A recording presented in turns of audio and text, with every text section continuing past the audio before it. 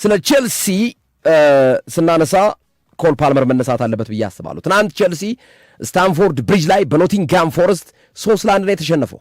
ስታንፎርድ ብሪጅ ላይ አድማጮቻችን በገዛ ሜዳው ነው የተቆነጠጠው፣ በገዛ ሜዳው ነው የተገረፈው። ቼልሲ ያመጣ ሁሉም እየኮረኮመው የሚሄድ ክለብ ሆኗል። የድሮ አንበሳ አሁን አርጅቷል። የድሮ አንበሳ ጋማው ተነጭቷል። በጣም የሚገርም ነው። ቼልሲ በዚህ ደረጃ ይወርዳል ብዬ አልገመትኩም ማለት ዲዲየር ድሮግባ። በጣም የሚገርም ነው። ማንም አልጠበቀም። አሁን ቼልሲ ሻምፒዮንስ ሊግ ወጥቷል። የሚታወቅበት የሻምፒዮንስ ሊግ ቦታ ዘንድሮ ለቀቀ። ከሻምፒዮንስ ሊግ ተባሯል ወይም አይሳተፍም በቀጣዩ ዓመት። ቼልሲ ዩሮፓ ሊግ ላይ ፈተና ውስጥ ነው። እነ በርማውዝና እነ ብሬንፎርድ የሚፎካከሩበት ቦታ ሆኗል በ6ኛ ደረጃ። ኮንፈረንስ ሊግ አሁንም እነ ብሬንፎርድ፣ እነ በርማውዝ፣ እነ ብራይተንና እነ ኤቨርተን የሚፎካከሩበት ቦታ ሆኗል። ቼልሲ ያለችው ተስፋ አቋራጭ ዩሮፓ ሊግ መግባት ነው። በምን? በኤፍኤ ካፕ በኩል ከማንቸስተር ሲቲ ጋር ዌምብሊ ላይ በሚደረገው ጨዋታ ማሸነፍ ዋንጫ መውሰድ አሰልጣኝ አልበረከተለትም። ሊያም ሮዚኒዮ የኢንዞ ማሬስካ ግፍ ነው ይላሉ አንዳንዶች። ኢንዞ ማሬስካ ዓለም ዋንጫ ኮንፈረንስ ሊግ ቡድኑን አስገኝቷል፣ ግን ተባረሩ። ሊያም ሮዚኒዮ መጣ፣ ምንም ሳይፈይድ የሄደ አሰልጣኝ ነው የተሰናበተው። አሁን ደግሞ ማክፋልን ናቸው። ጥሩ መሻሻል አይቻለ ቡርኔ ላይ ይላሉ። ባለፈውም ቀመሱ፣ አሁን ትናንትም ቀመሱ። ምኑ ነው የተሻሻለው ነገር? ኮል ፓልመር እንመልከተው። 90 ደቂቃ ተጫወተ፣ 0 ጎል 0 አሲስት፣ 1 ፔናልቲ ሳተ። ትናንት ፔናልቲ አምክኗል እኮ ሶፊ ሴሌስ አዳነበት እኮ። ያቺ ፔናልቲ እንኳን ተቆጥራ ቢሆን ድሮ በጣም የተሻለ ነገር ይሆን ነበር። ኮል ፓልመር በዚህ ደረጃ ይወርዳል ብዬ እኔ ጠብቄ አላቅም።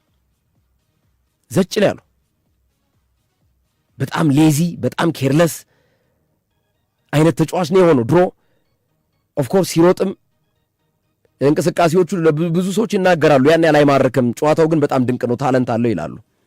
ከማንቸስተር ሲቲ ነው ቼልሲ የገባው ኮል ፓልመር። የትናንቱ ጨዋታ ባልተለመደ መልኩ 11 ሰዓት ላይ የተደረገ ጨዋታ ነው። ሰኞ ቀን ከቦክሲንግ ዴይ ውጭ በዚህ ደረጃ 11 ሰዓት ላይ ተደርጎ አያውቅም። ወይ ማታ ላይ ነው የሚደረገው በተመሳሳይ ሰዓት 4 ሰዓት ወይ 5 ሰዓት ወይ 3:30 ወይ 3:45 የሚደረጉ ጨዋታዎች ባልተለመደ ሁኔታ ትናንት 11 ሰዓት ላይ ነበር ቼልሲና ኖቲንግሃም ፎረስት ስታንፎርድ ብሪጅ ላይ ማለት ነው። አንድ ድል ብቻ ነው የሞከረው 90 ደቂቃ ተጫውቶ። ፔናልቲ ሳተ፣ ጎል አላስቆጠረም፣ አሲስት አላደረገም። አንድ ያለቀለት አገባው ተብሎ ሲጠበቅ ሳተው እሱ ነው። የተሳካ ድሪብል 5 ድሪብሎች መካከል 4ቱን አላሳካም፣ አንዷ ብቻ ነች። ከ10 የአንድ ለአንድ ግንኙነት 2 ኳሶችን ብቻ ነው ወን ማድረግ የቻሉ፣ ዱዋል ወን ማድረግ የቻሉ። ምን አይነት ደካማ ቁጥራዊ አሃዝ እንደሆነ መመልከት ይቻላል።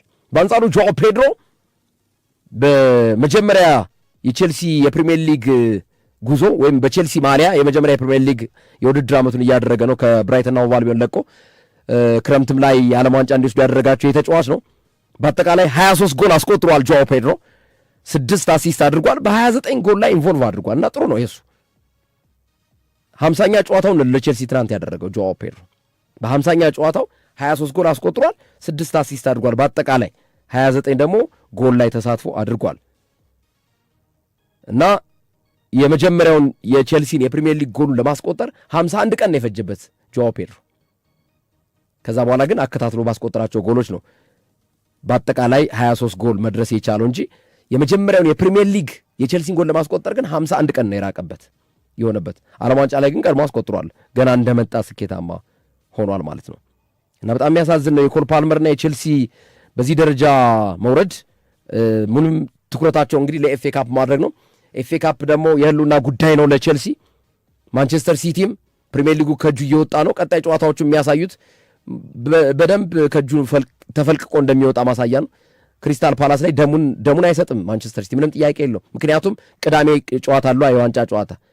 ፓላስ ላይ ቢያንስ በሌሎች ተጫዋቾች እድል ባላገኙ ተጫዋቾች ሊገባ ይችላል፣ ነጥብ ሊጥልም ይችላል። እንደዚህ ከሆነ ደግሞ ማለት ነው ቢጎዳበትስ ተጫዋች ሶፊ ፓላስ ላይ ደሙን ሰጥቼ እጫወታለሁ ደግሞ ሌላ ተጫዋች ቢጎዳበትስ ምንድን ነው የሚሆነው ደግሞ ለዋንጫው ጨዋታ?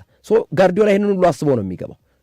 ለዛ ነው ትናንት ፊታቸው ሁሉ ያቀረዘዘው። ለዛ ነው ከጨዋታው በኋላ በማንቸስተር ሲቲ ተጫዋቾች ፊት ላይ ዲቫስቴሽን ወይ ዲቫስቴትድ የሆኑት ለዛ ነው።